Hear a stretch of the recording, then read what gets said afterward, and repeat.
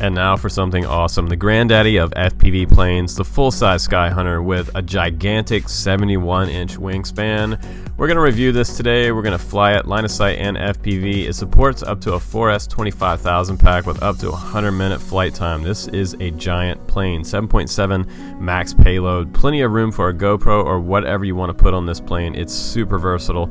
This plane has more room for options than you will probably end up needing, but we're going to review it today. We're going to show you my FPV setup. It's very simple, and we're going to do some line of sight flies with crossfire on here as well using my Taranis X10S. You also get metal servos, which I like a lot, and I got the plug and play kit, but you're going to have to build it up.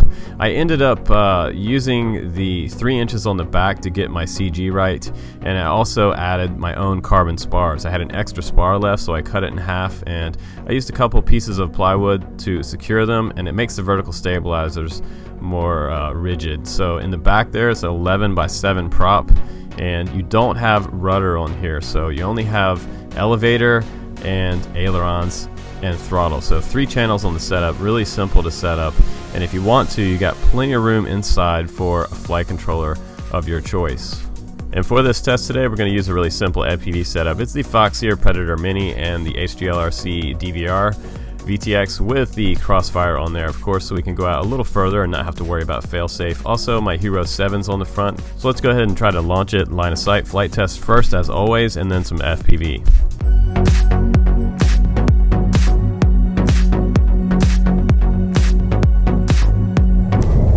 The plane is so big it's hard to hold.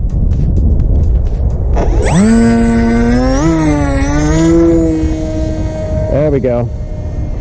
Very fast. Still needs quite a bit of down trim. Just going to back off the throttle a little bit. Man, that will get your heart beating. All right, baby. Feel a little bit of turbulence there. It does not want to back off the throttle right now. Needs a lot more up elevator. I'm going to have to mechanically trim that.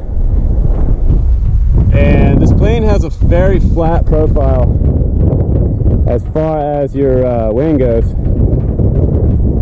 So still nosing down a little bit. Probably move my battery back just a little bit, and that'll help. So now I've got it elevator far up as I can get it on the electronic trim. Quite a bit of turbulence up there, that's the other thing. But we are recording DVR. Shit hits the fan, you'll see it. That plane is fast, guys. Running on crossfire today.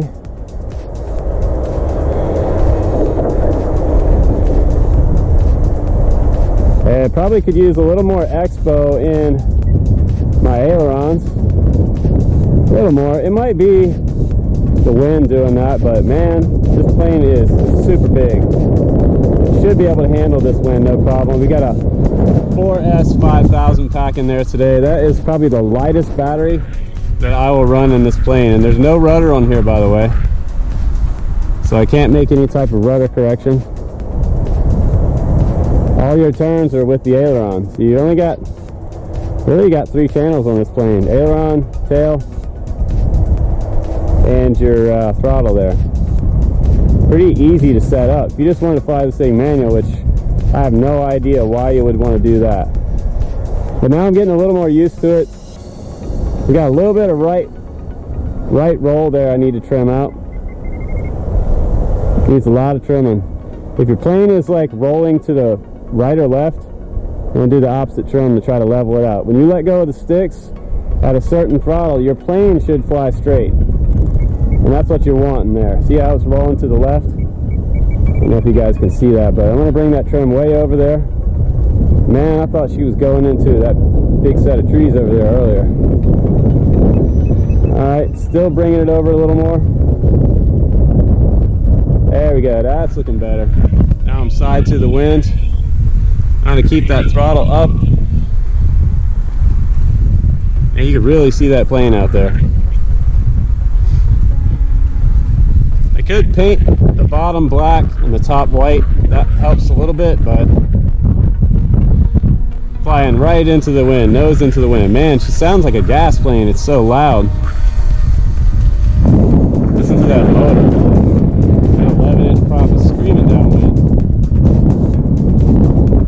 even full throttle here. Kind of wonder how that LiPo pack is doing. But if you want to do long range FPV, this is a serious plane for that. You can definitely carry a 4S 16,000. I don't know about, it's advertised for 20,000 milliwatt or milliamp per hour, but I don't know if you really want to do that. You could, but then you might be flying a little heavy. So something to think about there. Weight versus it not flying like a hog. Weight is a big factor. So what's really cool is you can kind of fly this plane off of one stick, just like this. You know, leave my throttle. I got it at about 3/4 throttle right now. And this is a really low kV motor because we have a gigantic prop on there.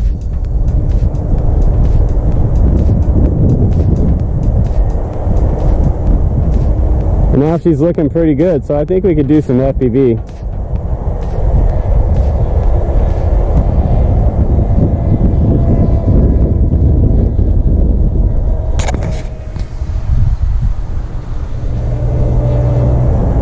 Alright, I'm going to cut the throttle back a little bit. I'm going to come in across the field here and try to belly land it.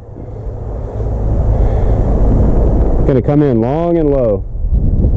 Reducing the throttle a little more as this plane is moving. No flaps on this baby. Come in right alongside me here on my right hand side.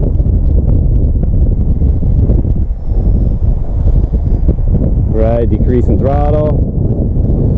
Up on the elevator. Don't want to hit myself here. Kill the throttle. Alright, looking good. Sweet. Okay, so just doing a little battery check after the flight, and looks like it still have quite a few volts left in each cell, and 15.2 on the total voltage still in the battery. And I probably flew it for 5 minutes or so. If you wanted to get a lot more flight time, you back off the throttle a little bit, but that's going to improve when I back off the throttle at my cruising rate. When we're doing long range, we're going to have this thing completely dialed in on all of the trims, and we're not going to be nosediving or any of that. So we'll get the maximum flight time. Looking pretty good though. Let's go ahead and do some FPV.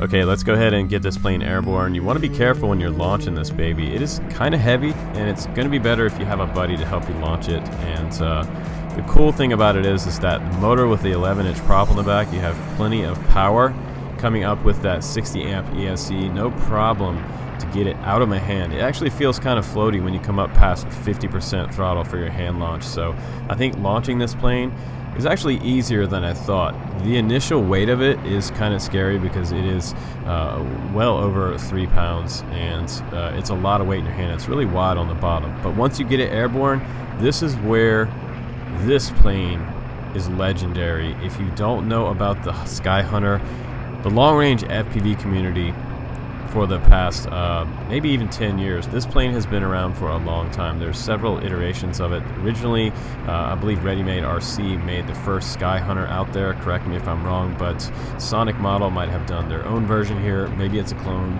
maybe not, but it is awesome for FPV and long-range flight controllers with GPS and all the bells and whistles you want to throw on this plane. This plane is an FPV cruiser. It is a workhorse. It has a gigantic cargo bay on it.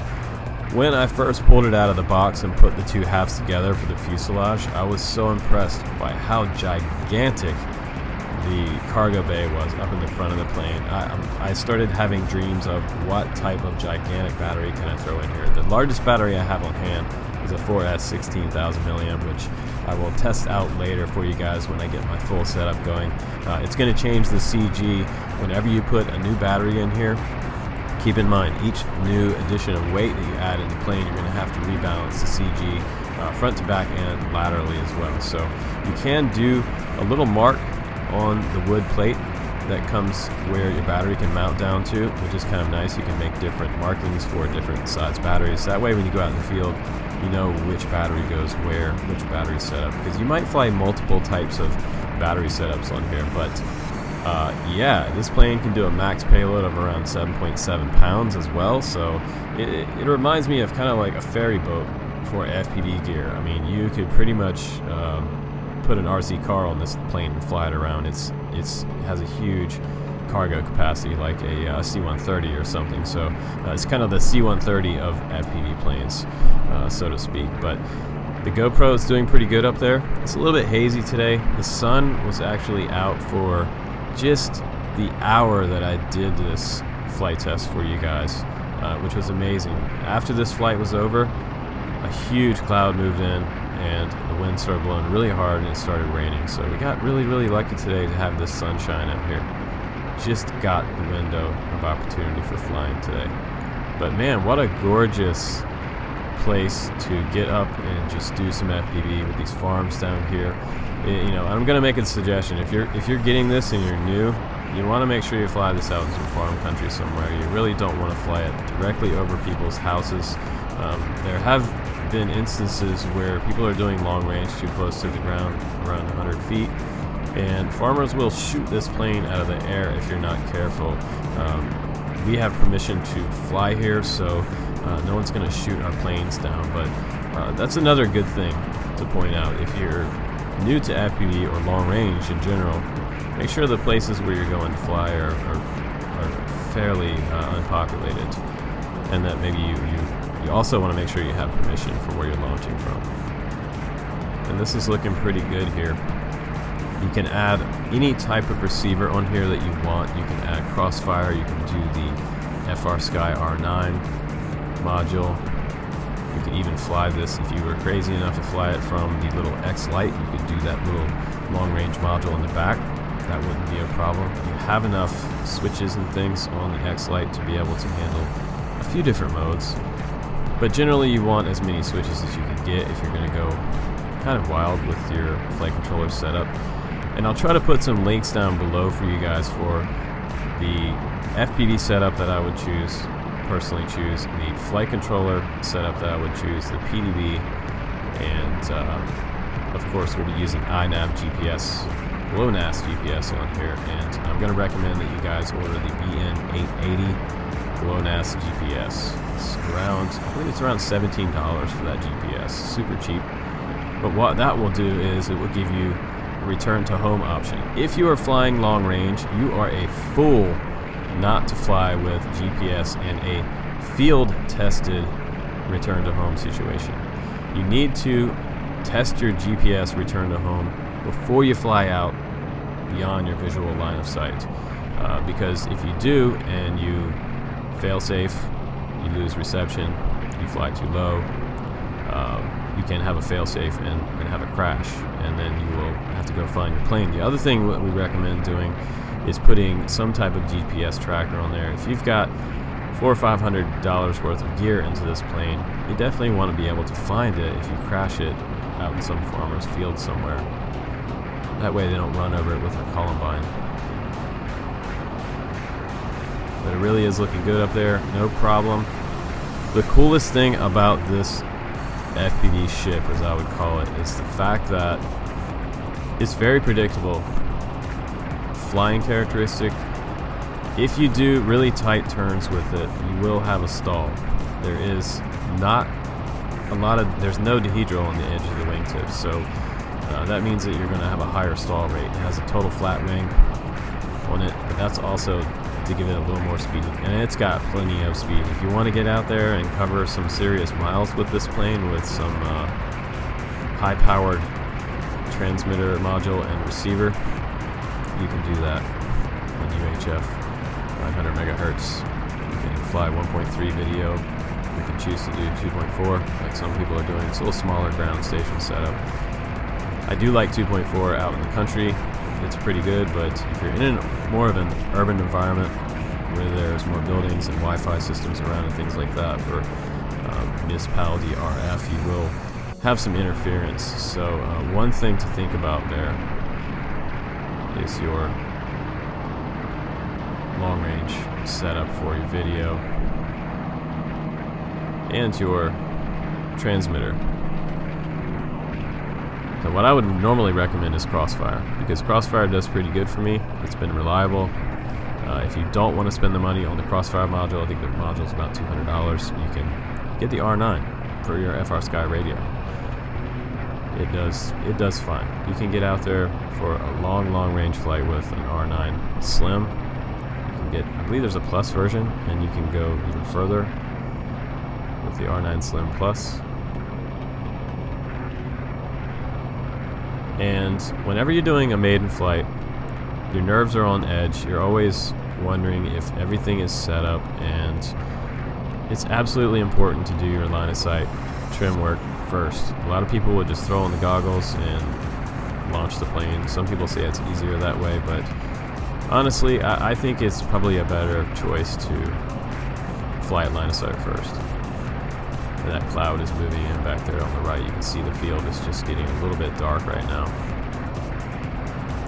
But if you do that, your plane's gonna fly really straight, and then once you do get into FPV, once you goggle up, you're likely not to crash it into the ground or nosedive it and destroy your plane on the first toss. But this is a very durable EPO plane, very hardcore foam. If this plane crashed, I am confident that I could fix this plane with a little bit of CA glue or epoxy. If you decide to get the P&P kit like I did with the electronics, motor, ESCs, or ESC, and the servos included, I would definitely suggest using some type of epoxy. And when you put the pieces together, make sure that you sand your edges, because foam will not stick together very well. Epoxy will not stick to foam very well if it's not sanded a little bit with some coarse grade sandpaper. And right now I'm flying it completely manual, no flight controller, no stabilize assist, no return to home. So for this review and this test, I wanted to get it up and just show you how stable this plane can be. And you can look at the FPV view, that's not stabilized video. The GoPro Hero 7 is running something stabilized, but just really looking nice for an FPV cruise plane. And these planes are used for a lot of different types of long-range applications. Some serious police setups. You can do your fire department. You can use them for agricultural inspections. You can go up and fly an entire farm. If you had 700 acres, you could go out and cover 700 acres with this plane if you needed to, if you owned that much property. Or you wanted to start up some type of aerial surveying business. This is the absolute platform for that. This plane will do just about anything from recreational to commercial activities. It is a total workhorse and a huge crowd favorite in the FPV community, mainly because of its size, capacity, flight time, and the additional shelf that you have right behind the battery that goes probably about, I'd say, 10 inches worth of shelf space in the very middle of the plane. And it does have adjustable heights in there, so if you wanted to move it up or down, you can do that. And you can kind of temporarily glue it in, or you can lock it into a solid position where you want. You also have access doors on the left and right that you can choose to cut in or not. They have it marked off on the side of the plane. And I don't add any extra lead or anything like that up in the front because we're using our battery weight for our CG. In the old days we used a lot of lead because we had a gas tank that was usually locked into one position. So you kind of were forced to use a little bit of lead in the front of your planes. Back when, I believe it was Great Planes that used to sell the little weight kits. Get them in the hobby shop for a few bucks. Very predictable. So this might be a second or third plane after you have flown, say, the Mini Skyhunter.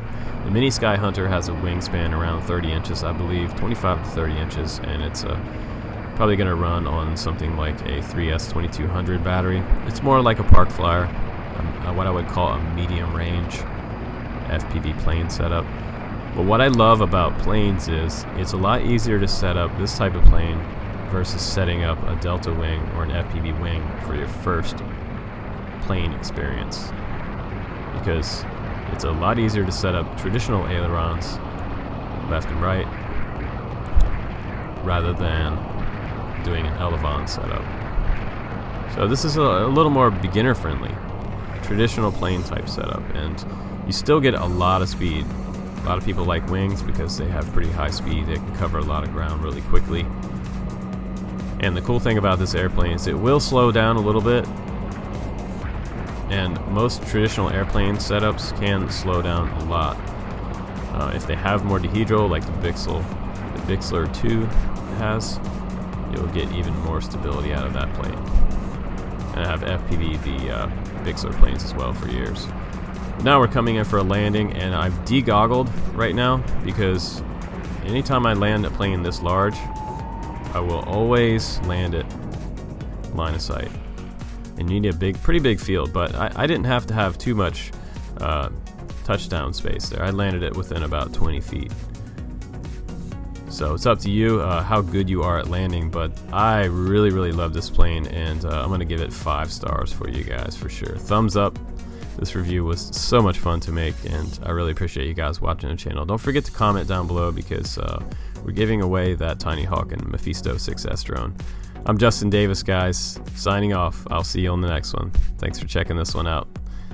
Check out the links below for your Skyhunter setup.